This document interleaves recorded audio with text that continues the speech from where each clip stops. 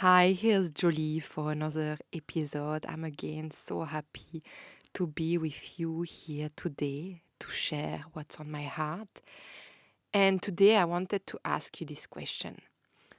What if your strangeness was actually your biggest gift? What if what you deny the most or you think it's a flaws is actually what make you unique and actually create your difference?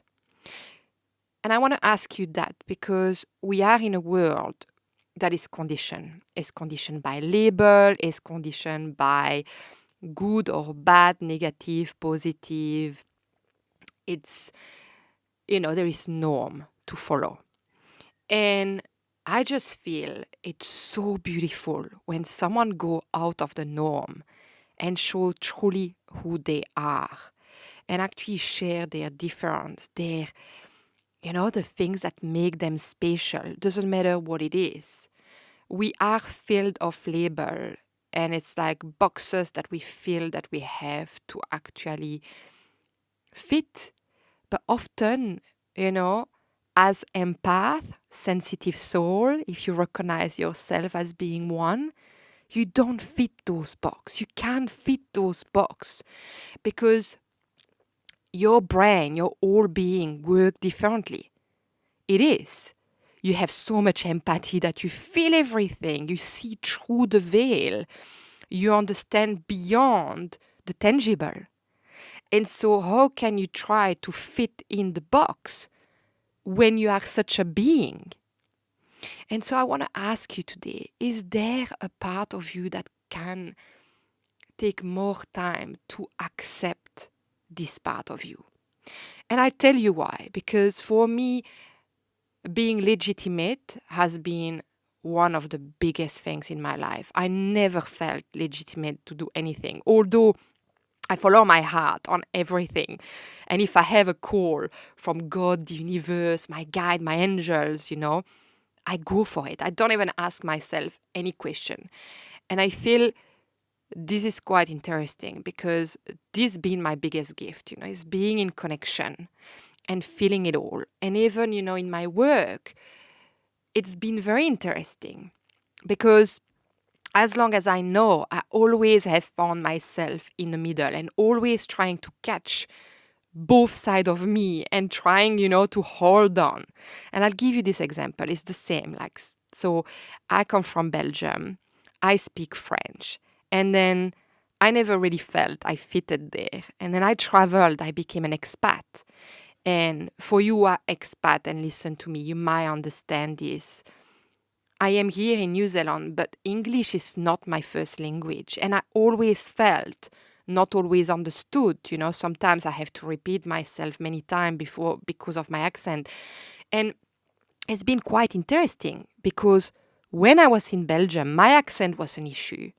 So I don't want to use the word bully because it's not a word that I resonate with. But, you know, it was big for people. They always commented on my accent not as being a good thing, because I was coming from a village and going in the city. And then I came in New Zealand, and it was the difference was you have an accent, it's so beautiful, but you're not understood always. And so already between my English and my French, I felt like, wow, I don't really fit in. There is so much things that I love about New Zealand, but then that I miss so much about Belgium. There is my family in Belgium, and I miss them so much. I'm so close to them. And many days I'm asking, but why am I in New Zealand? Why am I called to that land? And I know deep down there is a profound reason, and that's why I'm here. But it's quite interesting because there is almost the word that is coming, and you might find that very strong, but this agony of being like, why can I not be in one thing? Why is there the two part of me who feel like they are constantly being pulled apart? And many times, I have asked myself, and if you have listened to my previous episode, I was talking about the triplet, and I do think that is part of it. So I'm experiencing this sort of distortion or duality, that of course as an expat we feel it, we feel like we never fully fit because I have arrived in this country when I was 23 years old, and everyone had friends already. To make friends has been complicated. I was a self-employed, having my business, so I have incredible clients that I would love to be friend with, but in the ethos and deontology, you are not friend with your client, which is totally normal. And so, but of course, I attract people that resonate with my work because we're very similar on some level. We never attract our client for no reason. We teach from each other. I learn as much as I teach them, from them, from their experience. Anyway, the second thing that happened is when I did open my massage clinic, I opened an organic and natural health center. And again, it was not a spa, but it felt like a spa. And it was not a sport clinic, but it was that. And it was not just an energetic clinic. So again, I never felt I fit in. I felt I touch at everything. And that's really part of me. I bring everything, the tangible, the unseen, the what I learn from my experience, what I learn from my schooling, if we can say, and I bring everything together. And it's the same. So when holistic counseling came, it's like, well, I'm not just a mainstream counselor. I bring all the holistic aspect of it, which is, past life regression, heart regression, soul regression, birth regression. It's intergenerational trauma. It's intuition. It's psychology. It's counseling. It's like so much more, that it's interesting. But again, there is this part of me who feel need to fit in, to be relevant. And then this other part who knows that there is so much more I need to teach people, that yes, it's not conventional, but it's okay. It's my gift. It's my difference. And I need to bring that. But it's been interesting because even as today, there is a craving to be part of it. And there is the part of me who knows that actually there is some things, I don't want to say bigger, but there is something that is awaiting me that is not something that it's a slow journey, but it's profound. And I have to let myself go through this profound journey, even if there is a part of me who crave being part of a system that I know my soul, my being, my sensitive soul, my sensitive being cannot really be part of it because it's not part of my rhythm. And I talk about rhythm because in this world there is a certain rhythm. There is the comparison, there is certain labeling, there is certain keys, to fit in. And often people feel lost if they cannot fit that. They feel they are nothing. They feel they're not good enough. And this feeling of not being good enough is simply because if they don't fit those boxes, they feel they are nothing, which is absolutely not true. And it's why I want to ask you again, what if your strangeness is actually your biggest gift? What would that mean for you if you had that understanding? What will it truly mean if you started to look at what you feel is a default or a flaws or some things you have been rejecting your whole life? And I like to refer to, I have been really attracted by the Black Moon Lilith, recently. And I love the concept of Black Moon Lilith because she was part of the Garden of Eden. And she was actually before Eve into the Garden of Eden. And because she didn't want to submit to the norm, she was actually rejected from that space. A bit like if you think about Lucifer, who was an angel, who actually was rejected from that realm. And it doesn't make these people bad, but somehow society has highlighted the shadow side. I mean, their brilliance, their uncommon ideas, their rebellion as shadow, as darkness, instead of actually seeing the beauty in that. And I think it's why a lot of people um, often find really hard to actually create some things unique and new, because somehow the world is full of so many things, but often, and I don't want to be in judgment here, but a lot is sometimes not out of the heart, because somehow we feel, oh, but if it's from my heart, it's not going to be successful. and and therefore a lot of people, they burn out themselves doing these things they don't like. And I think it's quite interesting, because I think more and more people understand that they need to really listen to the core of their soul and create from that. And if you look at actually the past, people who have created really um, ingenious stuff, I hope that's the right word, how I'm saying it, but they created something that was from nowhere. Like if you think about the one who created the light, the one who created electricity, the one who created a car, an airplane, all of that didn't exist. But we are in a society where we are overflown by things. And I think we are asked to go back to the simplicity of who we are. And that's been one of my biggest words the last 5 years: simplicity.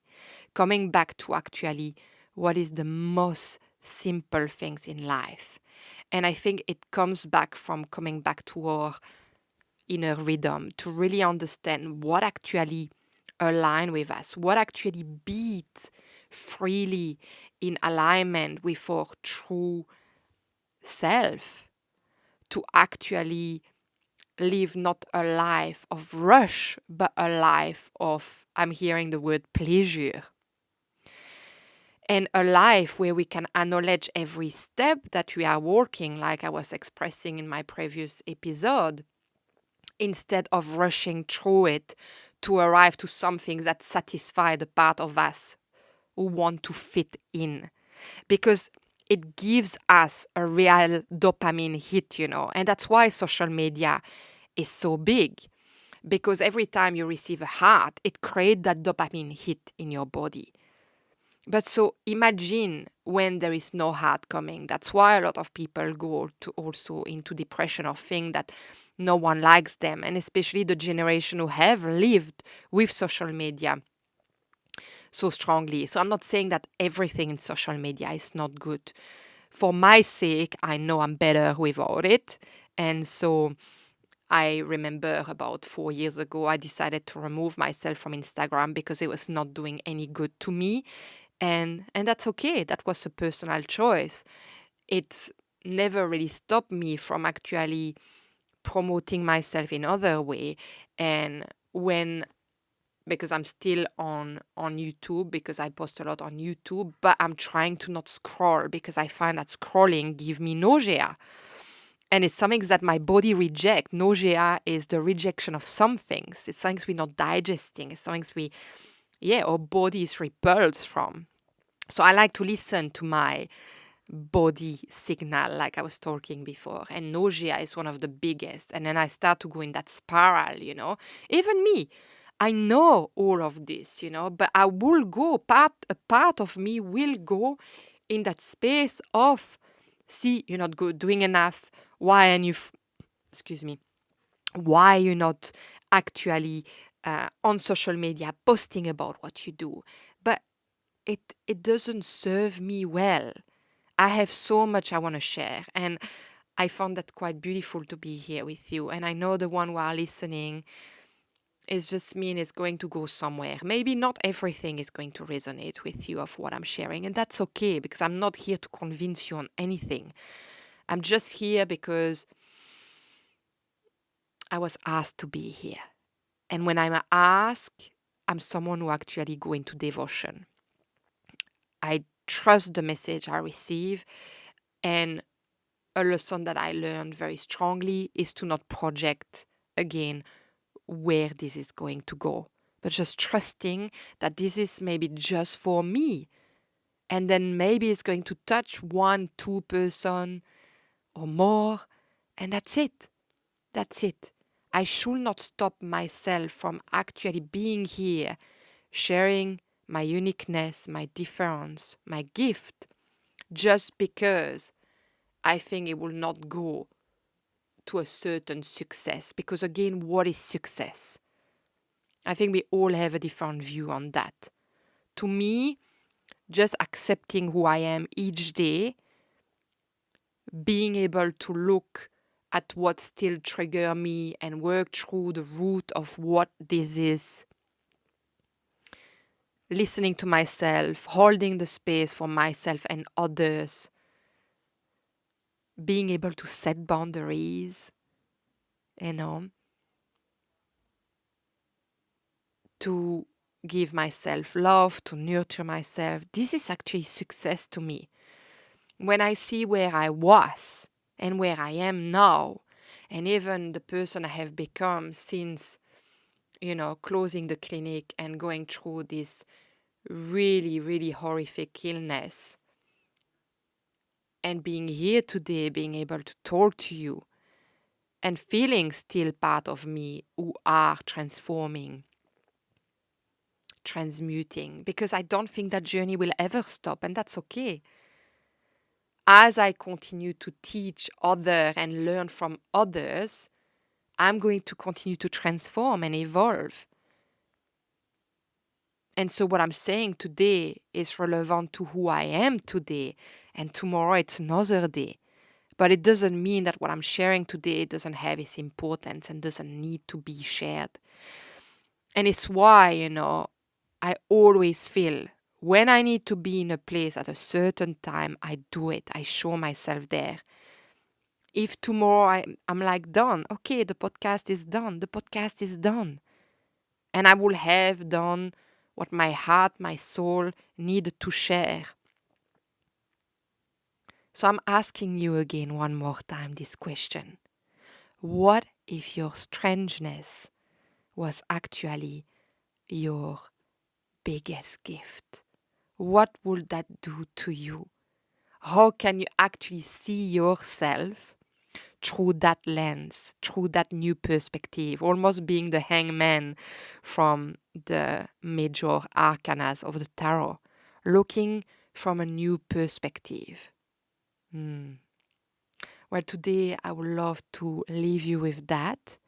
And I feel strongly that I'm probably going to do a guidance that follow this episode for you to tune into that part of yourself, to that gift. So I hope you join me on that journey as well. I'm sending you so, so, so much love. And if this resonated with you, make sure to follow and also to share with the people you love. All right, you take good care of yourself, and I will see you in the next one. Bye.